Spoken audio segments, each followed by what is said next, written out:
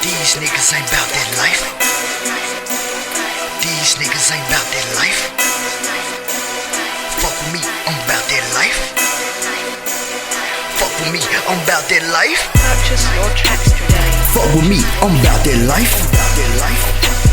Fuck with me, I'm bout that life. Fuck with me, I'm bout that life. Now these niggas ain't bout that life. These niggas ain't bout that life. These niggas ain't bout that life. Fuck with me, I'm bout that life. Fuck with me, I'm bout that life. These niggas ain't bout that life.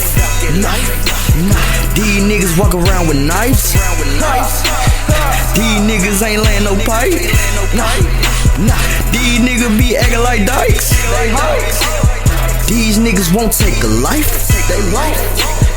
These niggas ain't down to fight. These niggas be acting like they too sweet, so I call them spice. Purchase your tracks today. These niggas ain't in the field. These niggas don't keep it real. These niggas ain't out to kill.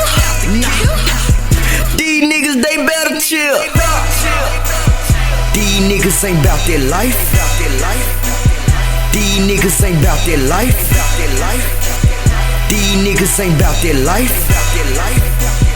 These niggas ain't bout their life. Fuck with me, I'm bout their life. Fuck with me, I'm bout their life. Fuck with me, I'm bout their life.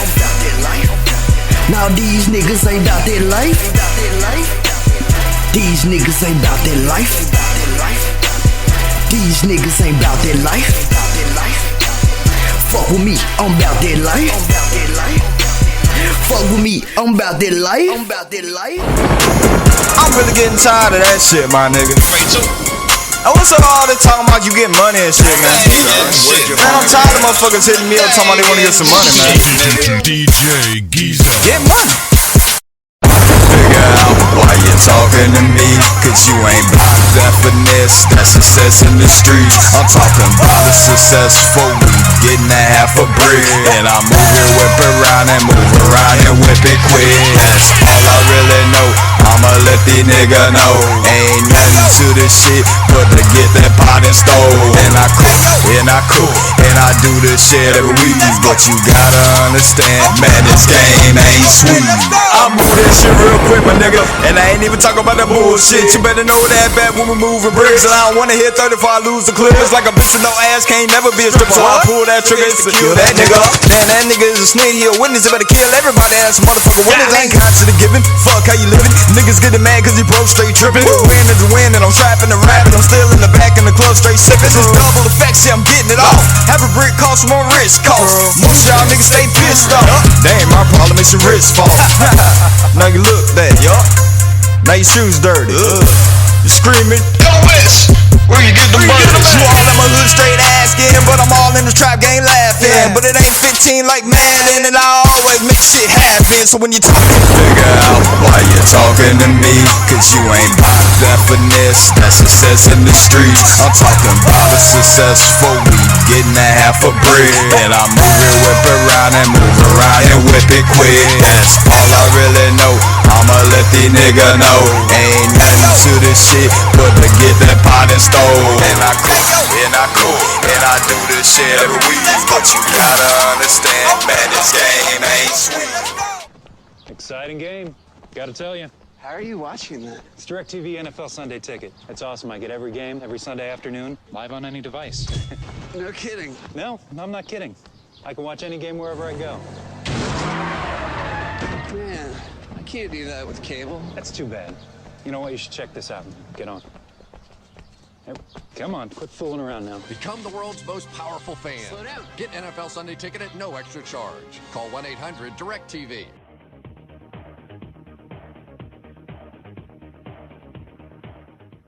Economic sanctions are a pretty blunt instrument. Just ask Fidel Castro in Cuba.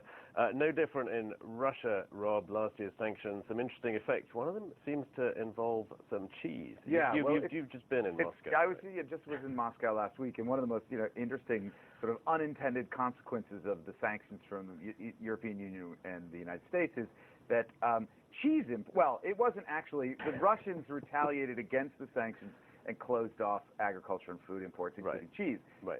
So you've had to have this import. So you can still get some Emmental from Switzerland. You can get Emmental. There's holes enough there to get those through. But so cheese production is up 30% in Russia. That's like one of the Soviet Union. So they're making versions of Parmesan cheese. Yeah, and all these other but that's one of the sort of more appetizing unintended consequences. There are a lot of others. So going through this, and I've got a column coming out on it, but basically.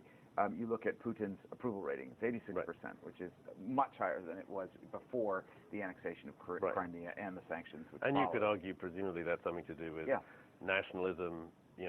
Country gets isolated, people rally behind the leader. That's right. I mean, you have a variety of things happening. So, sort of international capital flows have dried up.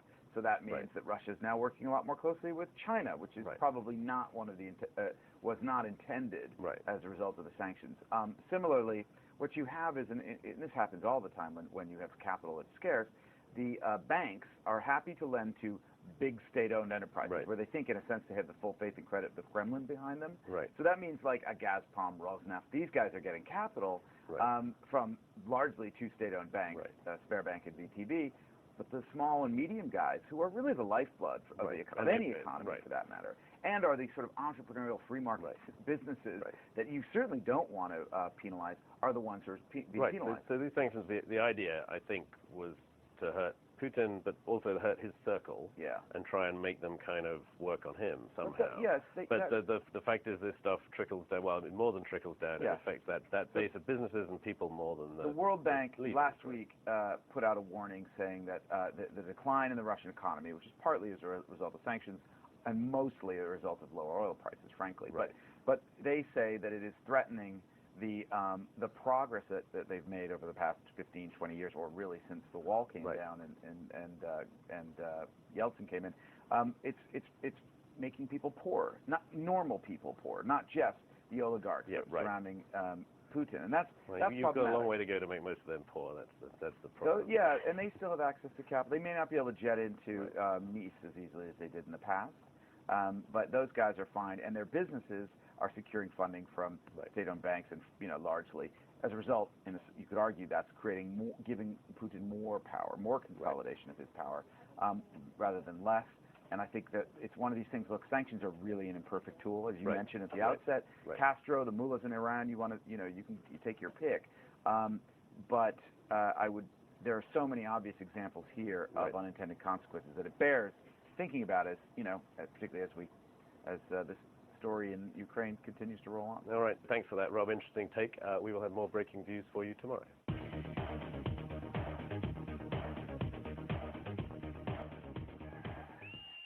If the size or the excitement surrounding Tuesday night's Hollywood premiere is any indication of its future box office success, then the summer sci-fi flick Jurassic World is far from extinct. Star Chris Pratt was joined by his wife Anna Faris on the red carpet for the film's premiere at the Dolby Theater. This franchise was very important in our minds. That was something we never forgot. This is a movie for fans, made by fans of the franchise, and you know what? I saw it the other day, and it's awesome. The film, out in U.S. theaters on Friday, revives the classic sci-fi action franchise that began with Steven Spielberg making dinosaurs come to life in 1993's Jurassic Park. But 2 decades on, as Bryce Dallas Howard's Claire slyly says in the film, no one's excited about seeing dinosaurs anymore. That's why the theme park in which Jurassic World is set needs to amp up the danger for visitors to be drawn by the adrenaline-fueled experience of getting up close and personal with dinosaurs. So excited, but I also completely relate because I'm so excited for this movie to open. I mean, I'm a huge Jurassic Park fan, so this is amazing. Made for $150 million, Jurassic World is projected to earn $121 million in its opening weekend, making it one of the year's biggest debuts. The Isle of Wight Festival kicked off the summer season of music festivities in Britain on June the 11th, with iconic 80s singer Billy Idol taking to the stage with his Rebel Yell.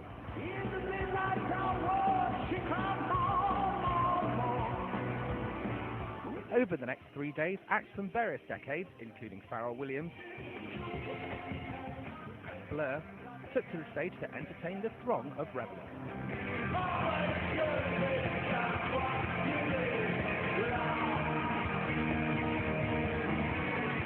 But it was the record-breaking attempt for wearing Jimi Hendrix masks that hit headlines, marking 45 years since the Guitar Hero last performed in the UK. The 4-day event closed on the Sunday with a set by 70s rockers Fleetwood Mac.